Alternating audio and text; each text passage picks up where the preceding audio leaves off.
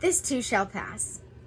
Boy, has that been an affirmation that I have appreciated in my life, because it's true. Everything comes and goes. And if we want things to change in our lives, the first thing we have to do is change our lives.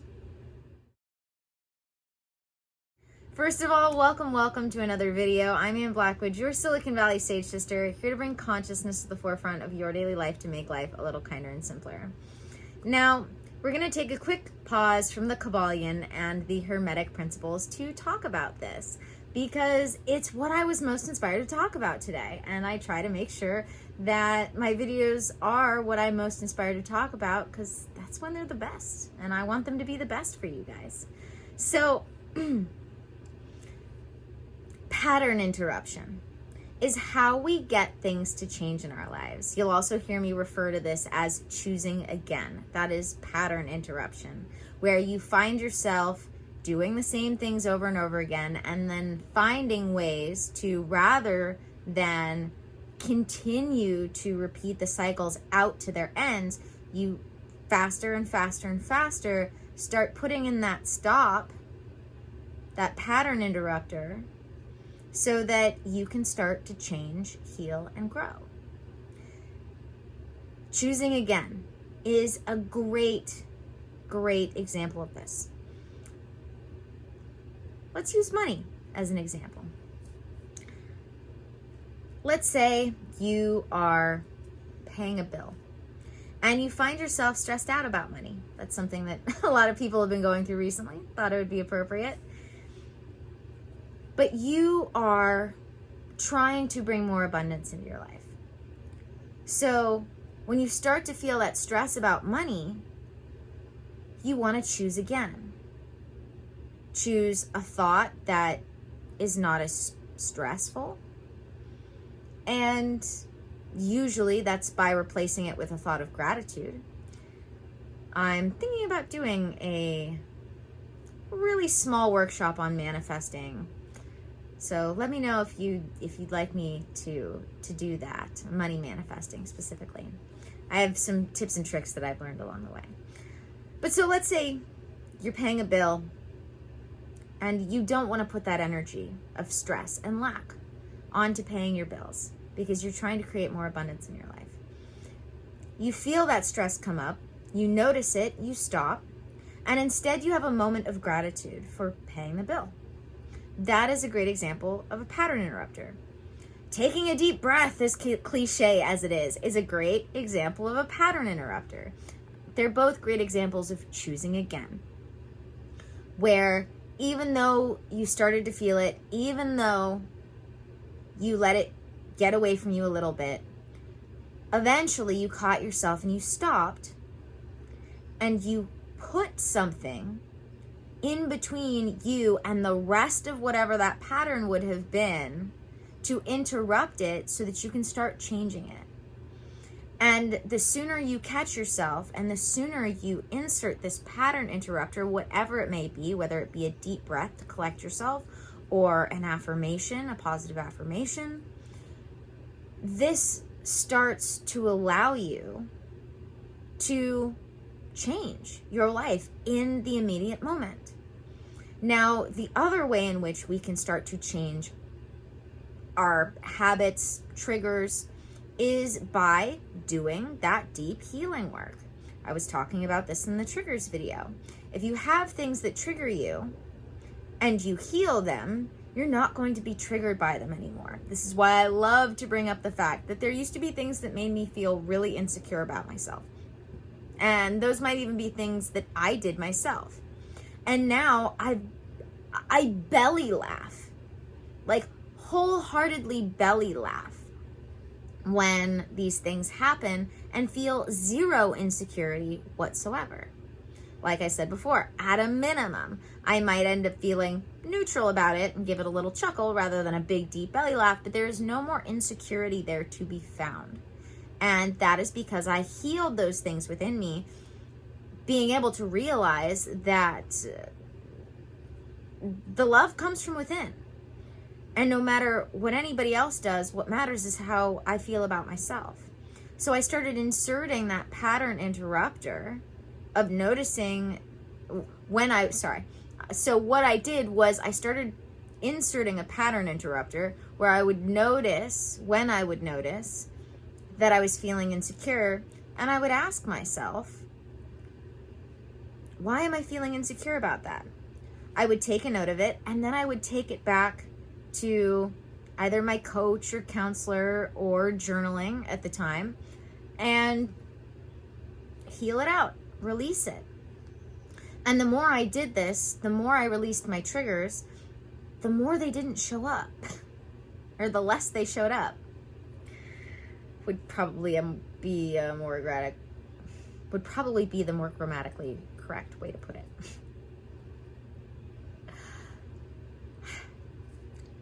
Messing up in a video is a great example of something that I used to feel really insecure about. I cannot begin to tell you guys how many times I would do take after take after take of these videos because I wasn't editing them at all, and I wanted to get it perfect all in one take. Now, I stumble over my words, I give you a little funny face, and move on. And no part of me feels bad about it. I laugh about it, and I move on.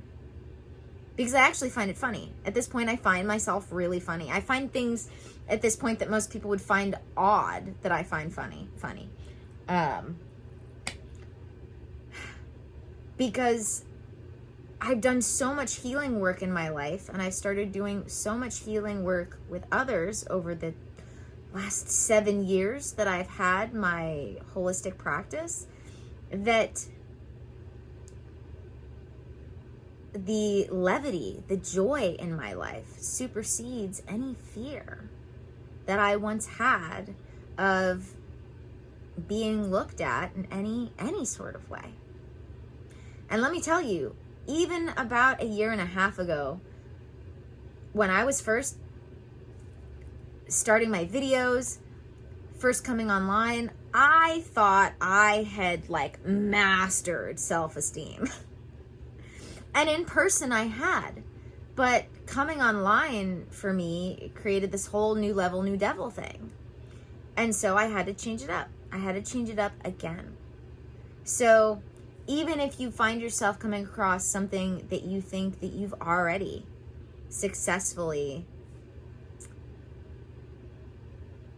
healed or mastered, don't feel bad if you notice it coming up again. I literally was just listening to this woman on her YouTube channel, and I thought it was so hilarious. She said this thing about getting deeper into your spiritual journey, and about how when you decide to get deeper into your spiritual journey, especially for the first time, you think you've got all these things figured out, and then you realize, oh, you do not.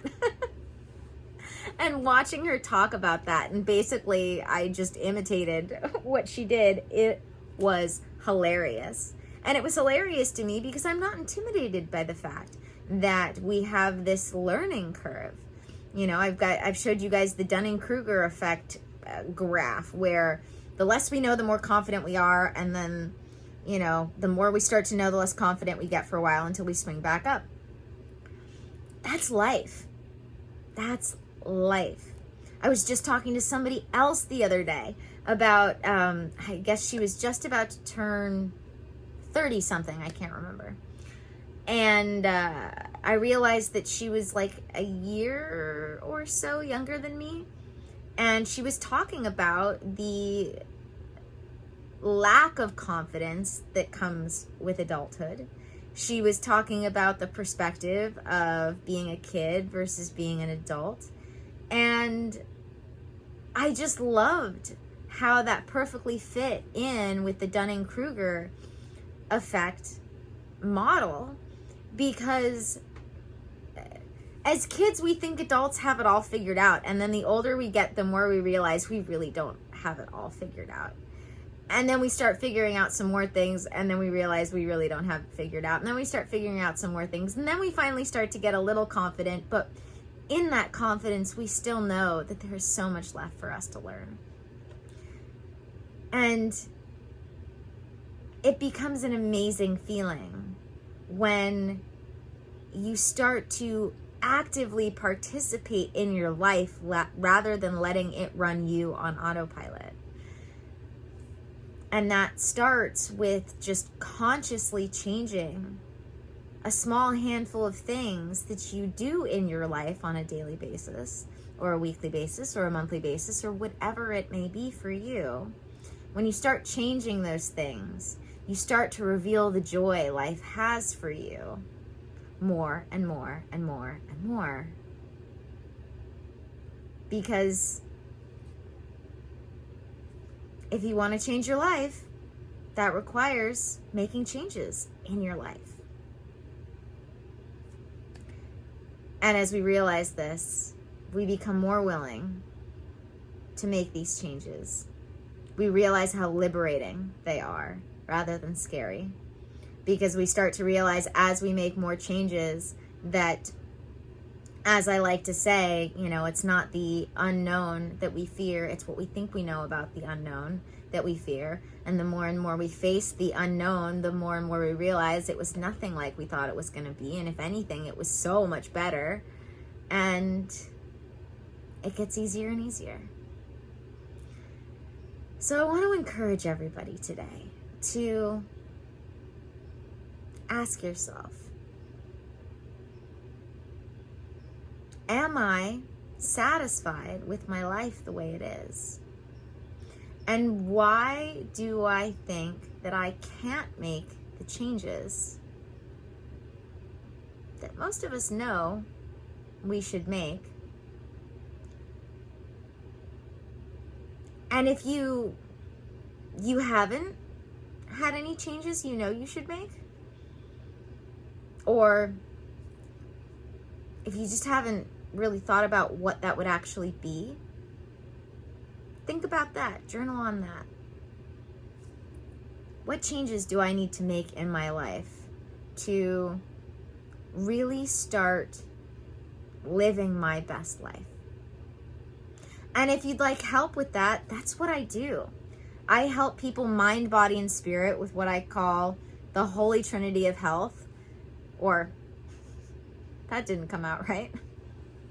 I'm sure glad I'm a projector and comfortable with a self-projected projector in human design, and comfortable with the fact that I soundboard things, and sometimes I have to have it come out of my mouth before I realize it's wrong. I try to slow down and think as much as possible, but sometimes, especially when I'm here on camera and I'm doing it flow of consciousness, it doesn't always come out perfectly, and that's okay. What I was saying was that I help people with what I call the Holy Trinity of Health: mind, body, and spirit. Make sure that all three of those are healthy so that happiness can come naturally. Because when we start to take care of ourselves as a whole, because usually we neglect one or the other, but we are what we consume, mind, body, and soul. So we have to make sure that all of them are taken care of, because if even just one is neglected, that lack of health seeps into the others. This is the mind, body, spirit connection. I'd make a video on that, but I don't think there's really much more to say about that I haven't said already in other videos. Our mind, body, and spirit are connected. They're deeply connected. And when all of them are healthy, or when you're starting to get one of them healthy, that helps get the others healthy. But if you've even got one that's not completely healthy, then that lack of health seeps out into the others. And that's not saying that we're reaching for any sort of perfection, but we have an excellence. We have our best that we can live up to and always leave the door open for, while loving ourselves in this moment right now, that we can maintain that self-love. And the more and more we heal, the more and more we can start using the proactive health tools to keep ourselves healthy, the more happiness truly can come naturally in our lives. I love that quote from A Course in Miracles. To heal is to make happy. It's like the exact same thing I've been trying to say when I talk about how when all the systems are healthy, happiness comes naturally. It's just another way to say that. So when I stumbled across that in A Course in Miracles, you betcha I am always in awe and honored and grateful for any time I find something that I was already trying to say, said in something, especially like A Course in Miracles, that I consider such a great tool for awakening, for enlightening. It's the more deeply I get connected to God, source, spirit, cosmic consciousness, the more those things, those synchronicities, as far as having a thought and having it show up somewhere else, the more that happens every day, multiple times a day. And I will never stop appreciating it. There will never be a time where I take it for granted, because I am just so in awe of being the universe looking back on itself. And I want to help others quiet the voices that they've let in, so that they can hear the voice that's inside them too. Thank you guys for joining me for another video. Don't forget to subscribe if you haven't already. I'm so close to getting that custom URL. Getting so close. So don't forget to subscribe. Do me the favor so I can get my custom URL. And then I'll shut up about it. Because that's all I want. I want the custom URL. Because all I really care about is helping people. You know, I have this little selfish ego want of being able to make it easier for me to tell people how to find me on YouTube. That's something that I would appreciate very much, being able to do. But it's not what means the most to me. What means the most to me is that those who find my videos get what they need from them. That's what means the most. Even if it's just one person who watches my videos for a short period of time at a time. If I'm helping even just one person, that's enough. Even if that one person is myself. Because that is how we heal the world, folks. One person at a time, starting with ourselves. So if you're the activist type, I would definitely recommend starting with yourself. Because as Jordan Peterson says, if you can't keep your own house in order, you probably shouldn't be trying to order or organize the world around you. Yeah. Don't forget to check out the links in the description, including working with me one-on-one. I have 7 spots available right now, and I will be taking in applicants. Well, starting today, actually, I started taking in and seeing the people signing up for my free clarity call, and started taking in the people who are signing up. So get in on that. If you have any questions, you can sign up for my free clarity call. If you have any if you have any questions about dōTERRA, you can also sign up for my free clarity call. I have Patreon. If you're not quite ready for working within the session packages that I have a once a month session within Patreon as well. If you're not ready to quite get into the one-on-one thing, I also have Patreon membership tiers that have all of the self-study, guided meditations, journal exercises, my intuitive lifestyle course, 2 versions of it actually, round 2 and round 3. Spirituality 101 and 2.0, where I teach A Course in Miracles student workbook, which is amazing. It's like the best. The student workbook in A Course in Miracles is like literally a step-by-step guide to developing a mind that is spiritually awakening and then spiritually awake. It's amazing. That's why I had to teach it in my Patreon within Patreon.